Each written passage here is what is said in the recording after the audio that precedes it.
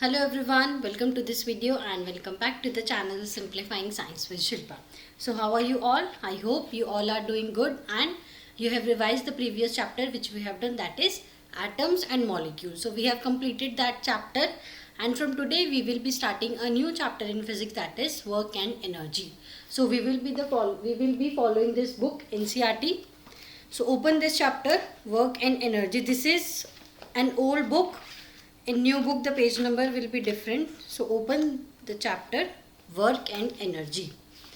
तो इसमें भी हम एनसीईआरटी को ही फॉलो करेंगे. हर चैप्टर के लिए हम एनसीईआरटी ही पढ़ेंगे. अब देखो चैप्टर का नाम है work and energy. Work and energy इसलिए क्योंकि जो भी हम वर्क करते हैं उसमें एनर्जी का कंजम्पशन होता है. सपोज ये कोई स्टोन है, this stone is lying on the ground. अब अगर ये स्टोन ग्राउंड पे रखा है ना, अगर ये ग्राउंड है तो इसमें कोई एनर्जी नहीं है. The stone does not possess any kind of energy. But if we lift this stone and keep it 10 meters above the ground, if we keep this stone here, now this stone has some energy. अगर ये ground पे रखा था तो इस पर कोई energy नहीं है, लेकिन अगर हमने इसको किसी पर्टिकुलर हाइट पे रखा है तो इस स्टोन में एनर्जी आ जाएगी. अब आप सोचोगे स्टोन में एनर्जी कैसी आएगी? अगर हम हाइट पे स्टोन रख रहे हैं तो एनर्जी कैसे एक्वायर हो रही है और कौन सी एनर्जी होगी? पोटेंशियल एनर्जी होती है ये.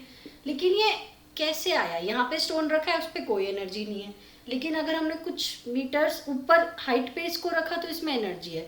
तो ये एनर्जी कहाँ से आती है? जो वर्क हम कर रहे हैं स्टोन को उठाने में, स्टोन को उठा के हमने यहाँ से यहाँ रखा है तो हम वर्क कर रहे हैं ना, तो जो हमारा वर्क डन है वो एनर्जी की फॉर्म में स्टोर हो गया. इस स्टोन में जो हमने वर्क डन किया है that is stored in the form of energy and more specifically potential energy. अब देखो जब ये स्टोन नीचे जमीन पे रखा है तो क्या ये स्टोन किसी को हिट कर सकता है? अगर ये मूव नहीं करेगा, नहीं कर सकता ना. अगर ये मूव नहीं कर रहा, अगर ये स्टोन सिर्फ ऐसे रखा हुआ है तो इसमें कोई एनर्जी नहीं है. अगर इसमें कोई एनर्जी नहीं है तो ये किसी को हिट भी नहीं कर सकता. अगर ये रखा हुआ है तो किसी को हिट नहीं कर सकता. लेकिन जब हमने इसको कुछ हाइट के ऊपर रखा तो इसमें एनर्जी आ गई. और एनर्जी कहाँ से है? जो भी हमने वर्क डन किया है वो एनर्जी की फॉर्म में स्टोर हो गया. अब ये जो स्टोन इस हाइट पे रखा है, क्या इसमें एनर्जी है? अगर ये स्टोन ऊपर से नीचे गिरेगा, क्या ये किसी को हिट कर सकता है? हाँ कर सकता है, क्योंकि ये किसी हाइट से गिरा है. तो जब ये नीचे है कोई एनर्जी नहीं है, किसी हाइट पे गया तो एनर्जी एक्वायर हो गई. एनर्जी कहाँ से है? जो हमने वर्क डन किया वो एनर्जी की फॉर्म में स्टोर हुआ. अब ये स्टोन किसी को भी हिट कर सकता है. तो देखो कितना डिफरेंस है ना. अगर नीचे रखा कोई एनर्जी नहीं है. अब देखो ये तो था हाइट का. अब अगर कोई बच्चा, कोई नॉटी बच्चा आता है और इस पे इसको हिट करता है स्टोन को विद हिज लेग, तो ये स्टोन थोड़ी दूर जाके इधर गिरेगा. अगर यहाँ पे कोई और बच्चा खड़ा है तो क्या ये स्टोन इस बच्चे को हिट कर सकता है? हाँ. तो ये मोशन हुआ ना स्टोन का डिस्प्लेसमेंट हो गया. इसको हम बोलते हैं काइनेटिक एनर्जी. अगर स्टोन अपनी पोजीशन से डिस्प्लेस हुआ है लेकिन हॉरिजॉन्टली हुआ है, वर्टिकली नहीं, हॉरिजॉन्टली हुआ है, तो उसमें काइनेटिक एनर्जी आती है. और अगर वो किसी हाइट पे जाके डिस्प्लेस हुआ है तो उसमें पोटेंशियल एनर्जी आती है. तो ये होता है वर्क एंड एनर्जी. जो हम वर्क कर रहे हैं, अगर कोई बच्चा स्टोन को हिट कर रहा है तो वो वर्क कर रहा है ना उस स्टोन पे, उसकी एनर्जी लग रही है. तो जो उसने वर्क किया वो किसकी फॉर्म में स्टोर हो गया? काइनेटिक एनर्जी की फॉर्म में. अब जब ये मूविंग स्टोन है ये तो किसी को भी हिट कर सकता है, और अगर स्टोन हाइट पे रखा हुआ है तब भी ये किसी को भी हिट कर सकता है. तो एनर्जी स्टोर हो जाती है इन स्टोन्स में. स्टोन हो या कोई भी चीज़ हो, फुटबॉल हो, कुछ भी चीज़ हो, अगर उसमें मोशन आया है तो उसमें काइनेटिक एनर्जी होगी. अगर वो किसी हाइट पे गया है तो उसमें पोटेंशियल एनर्जी होगी. और ये जो दोनों एनर्जीज है ये कहाँ से आती हैं? जो भी हमने वर्क किया है, work done by us get stored in the form of either potential energy or kinetic energy. either potential energy or kinetic energy. तो जो भी हम वर्क डन कर रहे हैं वही तो स्टोर हो रहा है एक एनर्जी की फॉर्म में. और जब स्टोन को एनर्जी मिल जाएगी तो वो कुछ भी कर सकता है, डिस्ट्रक्शन भी, किसी को भी हिट भी कर सकता है. और स्टोन ही नहीं, यहाँ पे कोई भी ऑब्जेक्ट हो सकता है. Any object will acquire energy. So work done by us gets stored in the form of either kinetic energy और पोटेंशियल एनर्जी।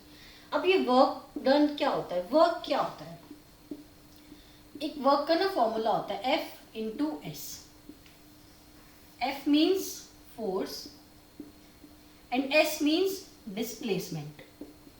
डिस्प्लेसमेंट, अब देखो अगर आपने इस स्टोन को हिट किया है तो आपने फोर्स लगाया होगा ना, अगर आप फोर्स नहीं लगाओगे तो स्टोन हिट नहीं होगा। अगर आपने इस स्टोन को हिट किया है तो आपको फोर्स लगाना पड़ेगा, और जब आपने फोर्स लगाया है तो उसमें डिस्प्लेसमेंट भी हुआ है। देखो स्टोन यहाँ से यहाँ डिस्प्लेस हो गया। अगर आपने स्टोन को उठा के किसी हाइट पे रखा है तब भी आपको फोर्स लगाना पड़ेगा, वर्क करना पड़ेगा, और उसमें डिस्प्लेसमेंट भी आया। तो इसीलिए ये फॉर्मूला है वर्क का। वर्क होता है फोर्स इंटू डिस्प्लेसमेंट। जो भी हम वर्क डन करते हैं अगर उसमें मोशन आएगा फोर्स की वजह से, उसको हम बोलते हैं वर्क। जैसे हमने यहाँ पे देखा ये स्टोन है, हमने इस पे फोर्स लगाया और ये डिस्प्लेस हो गया। ऐसे हमने इस पे फोर्स लगाया और ये यहाँ डिस्प्लेस हो गया। तो work done is equals to force into displacement. Any force which causes motion is known as work done. Motion होना बहुत ज़रूरी है, मूवमेंट होना बहुत ज़रूरी है। अगर कोई भी ऑब्जेक्ट पे आप फोर्स अप्लाई कर रहे हो और वो मूव नहीं हो रहा तो उसे हम वर्क डन नहीं बोलेंगे। देखो कितने बड़े बड़े CEOs होते हैं कंपनी के, वो पूरे दिन 12 to 14 आवर्स एक चेयर पे बैठे बैठे पूरे दिन काम करते हैं। तो क्या कोई वर्क डन हो रहा है? अकॉर्डिंग टू फिजिक्स क्या कोई वर्क डन हो रहा है? नहीं हो रहा, क्योंकि डिस्प्लेसमेंट तो है ही नहीं। पूरे दिन वो अगर आप भी पूरे दिन चेयर पे बैठ के पढ़ाई करोगे, इवन हम भी अगर पूरे दिन चेयर पे बैठ के पढ़ाई करेंगे या कुछ भी काम करेंगे तो वर्क डन नहीं होगा। क्योंकि वर्क डन कब होता है? जब फोर्स किसी बॉडी को डिस्प्लेस करता है तब वर्क डन होता है। तो उस केस में वर्क डन नहीं माना जाएगा। कोई भी अगर सिटिंग किसी की भी 12 आवर्स 13 आवर्स 14 आवर्स की सिटिंग है और वो बहुत हार्ड वर्क कर रहे हैं, तो यानी कि फिजिक्स मेंटल वर्क को तो वर्क डन समझ ही नहीं रहा, क्योंकि मेंटल वर्क में तो हमारी बॉडी डिस्प्लेस नहीं होती ना। फिजिक्स के अकॉर्डिंग वर्क डन क्या है? जो फोर्स मोशन प्रोड्यूस कर रहा है उसी को हम वर्क डन बोलेंगे। So start reading from your book. ये था वर्क एंड एनर्जी का मतलब। एनर्जी हमें 2 टाइप्स ऑफ एनर्जी पढ़नी है इस चैप्टर में, एक पढ़नी है पोटेंशियल एनर्जी और एक पढ़नी है काइनेटिक एनर्जी। और वर्क क्या होता है? जब भी फोर्स डिस्प्लेसमेंट करेगा उसे हम बोलेंगे वर्क और work done. So in the previous few chapters we have talked about ways of describing the motion. Motion आपने पढ़ा होगा, force of motion, laws of motion, ये सब आप पढ़ चुके हो। The cause of motion, gravitation. Another concept that help us to understand and interpret many natural phenomena is work. Closely related to work are energy and power. Work से related energy भी होती है, जैसे हमने देखा ना, kinetic energy और potential energy, और power भी होती है। हम आगे topics में पढ़ेंगे। All living beings need food. Living beings have to perform several basic activities to survive. We call such activities life processes. Life process क्या होते हैं? जितनी भी हम डेली की जो हमारी बॉडी में रिक्वायरमेंट होती है वो हम फूड से मीट करते हैं, और फूड से हमारी बॉडी को एनर्जी मिलती है। उससे हमारी बॉडी में जितनी भी एक्टिविटीज़ होती हैं वो परफॉर्म होते हैं, उन्हें हम बोलते हैं life process. The energy for these processes comes from the food. We need energy for other activities like playing, singing, reading, writing, thinking, jumping, cycling and running. Activities that are strenuous requires more energy. Animals too get engaged in activities. For example, they may jump and run. Animals को भी तो energy चाहिए, वो भी तो food खाते हैं, उनको भी बहुत सारी एक्टिविटीज़ करनी होती है। दे जंप, दे रन, उनको भी एक्टिविटीज़ करने के लिए फूड की रिक्वायरमेंट है। They have to fight, move away from enemies, find food और find a safe place to live. Also we engage some animals to lift weights, carry loads. हम बहुत सारे एनिमल्स का यूज़ करते हैं, जैसे एंशिएंट टाइम्स में बफेलोज, काउज, इनका भी यूज़ होता था। All such activities require energy, और एनर्जी किससे मिलती है? हमें फूड से मिलती है। Think of machines, list the machines that you have come across. What do they need for their working? Why do some engines require fuel like petrol and diesel? अब machines के लिए तो यही फूड है ना, जितना भी फ्यूल, डीजल, पेट्रोल, उनके लिए फूड का काम करता है। Why do living beings and machines need energy for doing work? Now what is work? There is a difference in the way we use the term work in day-to-day life and the way we use it in science. क्योंकि मैंने बताया आपको, अगर कोई 12 घंटे की sitting करके mental work कर रहा है तो फिजिक्स के अकॉर्डिंग वो वर्क नहीं कर रहा, क्योंकि हमें फोर्स और डिस्प्लेसमेंट चाहिए। According to physics and according to science हमें फोर्स और डिस्प्लेसमेंट जब तक नहीं होगा किसी बॉडी में, मतलब किसी बॉडी पे अगर फोर्स लग रहा है और वो डिस्प्लेस नहीं हो रही, तब भी वर्क डन नहीं होता। तो बहुत अलग मीनिंग है फिजिक्स में वर्क का। Not much work in spite of working hard. कोई बहुत हार्ड वर्क भी करे, बैठे बैठे चेयर पे बैठ के पढ़ाई करे, अपना कुछ भी काम करे, कितना हार्ड वर्क हो रहा है, बट स्टिल ही और she is not working. Kamali is preparing for examination. She spends lot of time in studies. She read books, draws diagram, organize her thoughts, collect question paper, attend classes, discusses problem with her friends, and perform experiment. Is she doing work? No. She expends a lot of energy on these activities. In common parlance, she is working hard. She is working hard because she is studying a lot. All this hard work may not involve very little work if we go by the scientific definition of work. You are working hard to push a huge rock. अब देखो दो cases हैं. पहला case तो ये होगा कि कोई बैठा हुआ है पूरे दिन टेबल चेयर पे, इधर ही और शी स्टडिंग और डूइंग एनी वर्क. और दूसरा केस है कि आप फोर्स तो लगा रहे हो लेकिन डिस्प्लेसमेंट नहीं हो रही.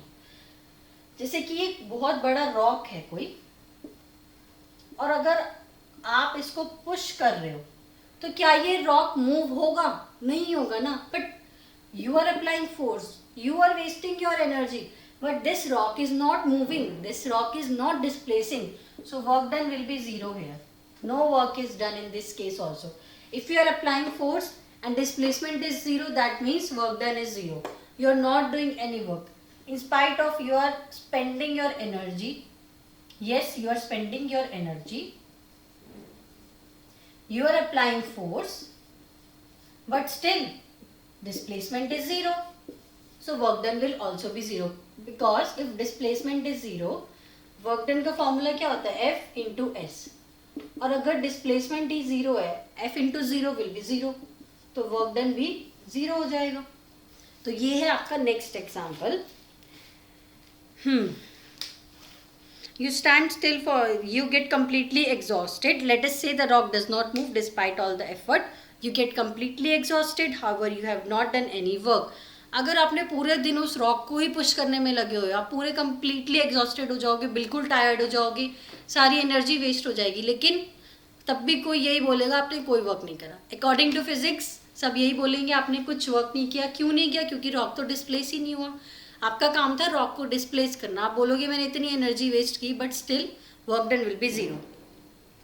However, you have not done any work on the rock as there is no displacement of the rock. तो displacement factor भी बहुत ज़रूरी है. अगर आप फोर्स लगा रहे हो किसी बॉडी पे तो उसको डिस्प्लेस होना पड़ेगा वर्क करने के लिए. अगर कोई बॉडी डिस्प्लेस नहीं हो रही तो वर्क डन जीरो होगा. Now you stand still for a few minutes with heavy load on your head. You get tired. You have exerted yourselves and spent quite a bit of your energy. Are you doing work on the load? No. देखो जितने भी आपने stations पे देखा होगा ना, pulley होते हैं अपने सर पे, जितना भी आपका लगेज होता है, लोड होता है, वो लोग खड़े रहते हैं उसको लेके. तो क्या वो कोई वर्क कर रहे? अगर वो खड़े हुए हैं क्या वो कोई वर्क नहीं कर रहे ना, क्योंकि बॉडी तो डिस्प्लेस ही नहीं हो रही. फोर्स लग रहा है नीचे की डायरेक्शन में, बट बॉडी तो नहीं डिस्प्लेस हो रही ना. आप पूरे दिन लेके खड़े रहो, आप बहुत थक जाओगे, you will be completely exhausted, but still you are not doing any work. Work done will be zero. तो साइंस में है कुछ ये, आपको लगेगा कि हम काम तो कर ही रहे हैं ना, लेके खड़े हुए हैं, बट नहीं होता इसमें वर्क डन, क्योंकि डिस्प्लेसमेंट नहीं है. आपको दोनों कंडीशंस फुलफिल करनी है तभी वर्क डन कहलाएगा. You climb up the steps of a staircase and reach the second floor of a building just to see the landscape from there. जाते हो landscape देखने.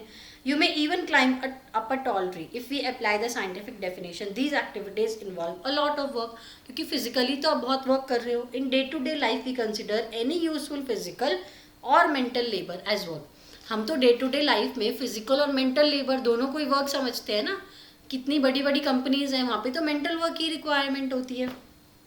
Activities like playing in a field, talking with friends, humming a tune, watching a movie, attending a function are sometimes not considered to be a work. ये work नहीं होते.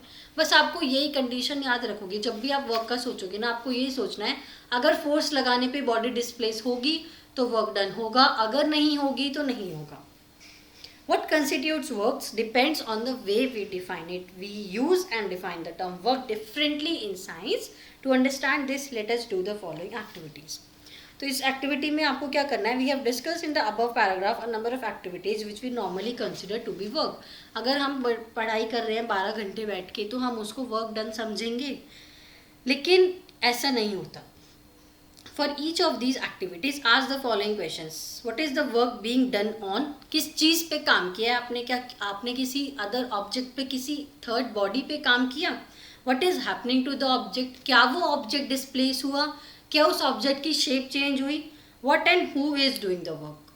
Are you doing the work or some other person is doing the work? ये question अगर आप अपने mind में रखोगे तो आप इजीली फाइंड आउट कर सकते हो वर्क डन होगा या नहीं होगा. और अगर ये क्वेश्चन भी नहीं याद रखने तो बस फॉर्मूला याद रखो, F इंटू एस. अगर फोर्स लगाने पे बॉडी डिस्प्लेस होगी तो वर्क डन होगा, नहीं तो नहीं होगा. Now what is the scientific conception of work? अब देखो होता क्या. To understand the way we view work and define work from the point of view of science, let us consider some situations. Push a pebble lying on a surface. जैसे ये वाला था ना, stone को आपने हिट किया था. Push a pebble lying on a surface. The pebble moves through a distance. You exerted a force on the pebble and pebble got displaced. अगर आपने इस पेबल को पुश किया तो पेबल डिस्प्लेस हुआ, तो work done. Yes, work done हुआ है यहाँ पे. In this situation work is done. A girl pools a trolley and the trolley moves through a distance. अब देखो मूव हो रही है ना, उसने पुश किया, उसने फोर्स लगाया और ट्रॉली मूव हो रही है. अगर आप पुश कर रहे हो, फोर्स लगा रहे हो और मूवमेंट भी हो रही है तो yes, work is said to be done. The girl has exerted a force on the trolley and it is displaced, therefore work is done. ये होता है वर्क की definition. Lift a book through a height. To do this you must apply a force. अगर आपको नीचे से कोई चीज़ ऊपर उठानी है तब भी आप फोर्स लगा रहे हो और हाँ डिस्प्लेस भी हो रहा है. जैसे यहाँ पे डिस्प्लेसमेंट भी हुआ, आपने फोर्स भी लगाया. So yes, work will be done. The book rises up. There is a force applied on the book and the book has moved. Hence work is done. A closer look at the above situation reveals that two conditions needed to be satisfied. Underline these points. Force should be act on an object. The object must be displaced. Force should act on any object and the object should be displaced. Then only work is said to be done. ये जो formula है इसी से पता है कितने सारे आपके क्वेश्चन सॉल्व हो जाएंगे. डेफिनेशन भी इसी से बना सकते हो. आप ये भी पता लगा सकते हो उस बॉडी पे वर्क हो रहा है या नहीं हो रहा. बस इस फॉर्मूले को याद रखना है. Work done is equals to F into S, force into displacement. If any one of the above condition does not exist, work is not done. अगर कोई एक भी नहीं होती तब भी वर्क नहीं होता. अगर फोर्स लगा रहे हो और बॉडी मूव नहीं कर रही तो work done will be zero. अब बोले कि is pulling a cart, the cart moves, there is a force on the cart and the cart has moved, so yes work will be done. Now work done by a constant force. यही वाला formula use होता है इसमें. F W is equals to F into S. How is work defined in science? To understand this, we shall first consider the case when force is acting. अब देखो इसमें ना तीन केस होते हैं. In the direction of displacement, opposite to the direction of displacement and perpendicular to the direction of displacement. एक बार तीनों cases देखते हैं. आई होप आपको ये बहुत इजीली समझ आ गया होगा. बस ये फॉर्मूला लर्न रखना है. F into S. जब भी फोर्स अप्लाई करोगे तो डिस्प्लेसमेंट होना जरूरी है, तभी वर्क डन कहलाएगा, otherwise zero work done. Now three cases are there. देखो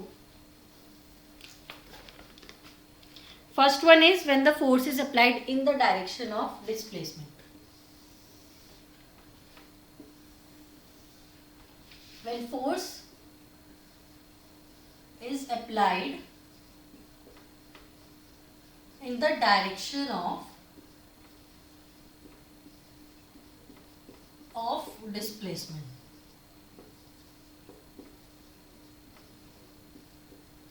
Means if this is a body, you are applying force in this direction and the body is also displacing in the same direction.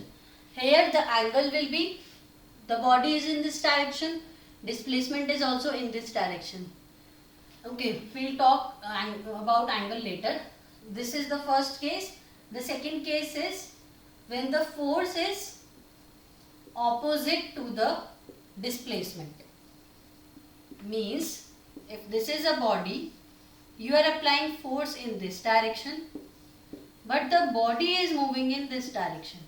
Do you know any example of this case? Frictional force. We are moving in forward direction. Whenever we are walking, we are applying force in different direction and the body is moving in different direction. Example is frictional force. And the third case is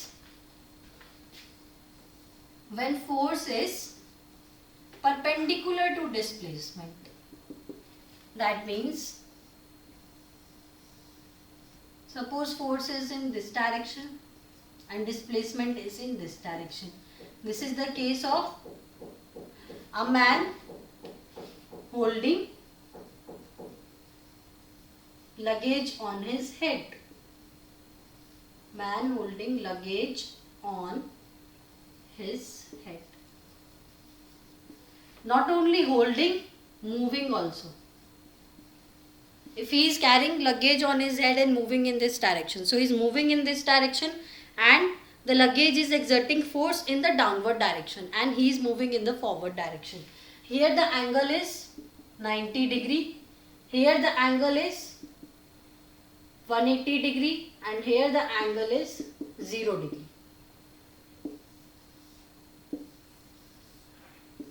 So these are the three cases of force and the direction of displacement. First is force is in the direction of displacement. Second case is force is opposite to the direction of displacement, and this is force is perpendicular to the direction of displacement. So note down this if you want, or either you can take the screenshot.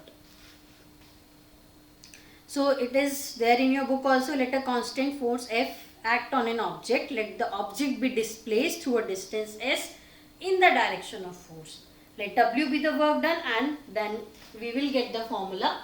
Work done is equals to F into S. F dot S or F into S. This is one or the same thing. You can either write F into S or F dot S. F is the force and S is the displacement. If we are applying force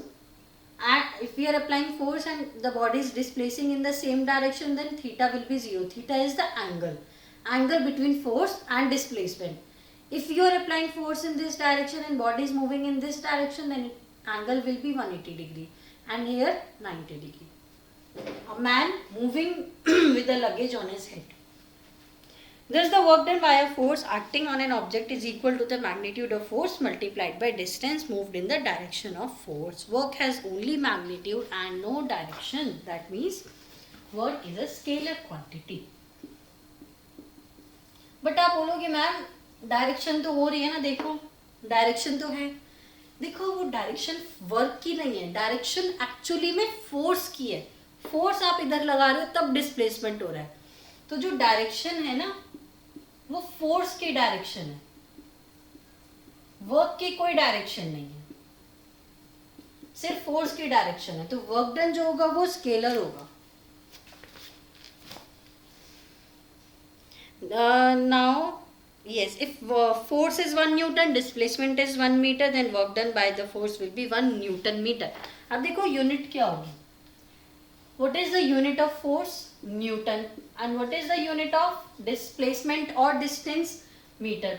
So the unit will be Newton meter. This is the unit, and SI unit will be joules. Joules will be the SI unit. Newton meter unit and joules will be the SI unit. Newton from force and meter from displacement. Thus 1 joule is the amount of work done on an object when a force of 1 Newton displaces it by 1 meter along the line of direction. 1 अगर 1 होगी ना दोनों चीजें, जैसे W is equals to F into S. अगर ये भी 1 Newton है और ये भी 1 मीटर है तो कितना वर्क डन होगा? 1 जूल. तो 1 जूल वर्क कब होगा? जब 1 न्यूटन का फोर्स किसी बॉडी को 1 मीटर डिस्प्लेस करेगा. What is the work done when force on object is 0? अगर फोर्स 0 है, what would be the work done when displacement of the object is 0? अगर फोर्स 0 है, अगर यहाँ पे हम 0 लिखेंगे, 0 into 1 is 0, और अगर ये 1 है और ये 0 है तब भी 0 होगा. 0 को तो किसी से भी मल्टीप्लाई करोगे तो 0 ही होगा. अब देखो आपकी बुक में ना एक एग्जाम्पल दिया हुआ है इस वाले पेज पे, उसमें लिखा है force of 5 newton. Shall I rub this? I hope you have noted down and this is clear to you. You can take the screenshot.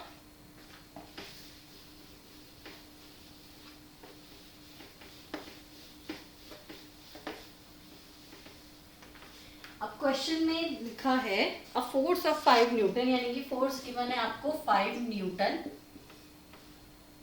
Acting on an object, the object is displaced through, displaced बोला है ना, यानी कि displacement given है, S given है. The object is displaced through 2 metre in the direction of force. देखो in the direction of force है, अगर फोर्स यहाँ पे लग रहा है तो बॉडी भी यहाँ मूव हो रही है. If the force acts on an object all through the displacement, then the work done is easy है. वर्क डन निकालना है. Just apply the formula F into S. Force is given to you 5, S is given to you 2, 5 into 2 10 joules और 10 Newton metre. अगर SI unit पूछी है तो joules लिखेंगे, अगर सिंपल यूनिट पूछी है तो न्यूटन मीटर लिखेंगे. अब एक और क्वेश्चन दिया हुआ है, और force of 7 newton acts on an object. अब फोर्स कितना है, 7 न्यूटन है. ये जो इंटेक्स क्वेश्चन है ना आपकी बुक में, ये वाला जो इंटेक्स क्वेश्चन है, the force of 7 newton acts on an object, the displacement is से 8 metre, S is given to you 8 metre in the direction of force. ये भी in the direction of force है. Let us take it that the force acts on an object through the displacement. Easy है, work done निकालना है. F into S, 7 into 8, 7 8 56 joules और 56 newton metre. This is the answer. So that is all about today. We will start with this chapter tomorrow. I hope you all are liking the series which I have started, NCERT reading series. So keep watching the videos, do subscribe to the channel and join the Telegram group for more updates. Thank you for watching. Bye bye. See you in the next one.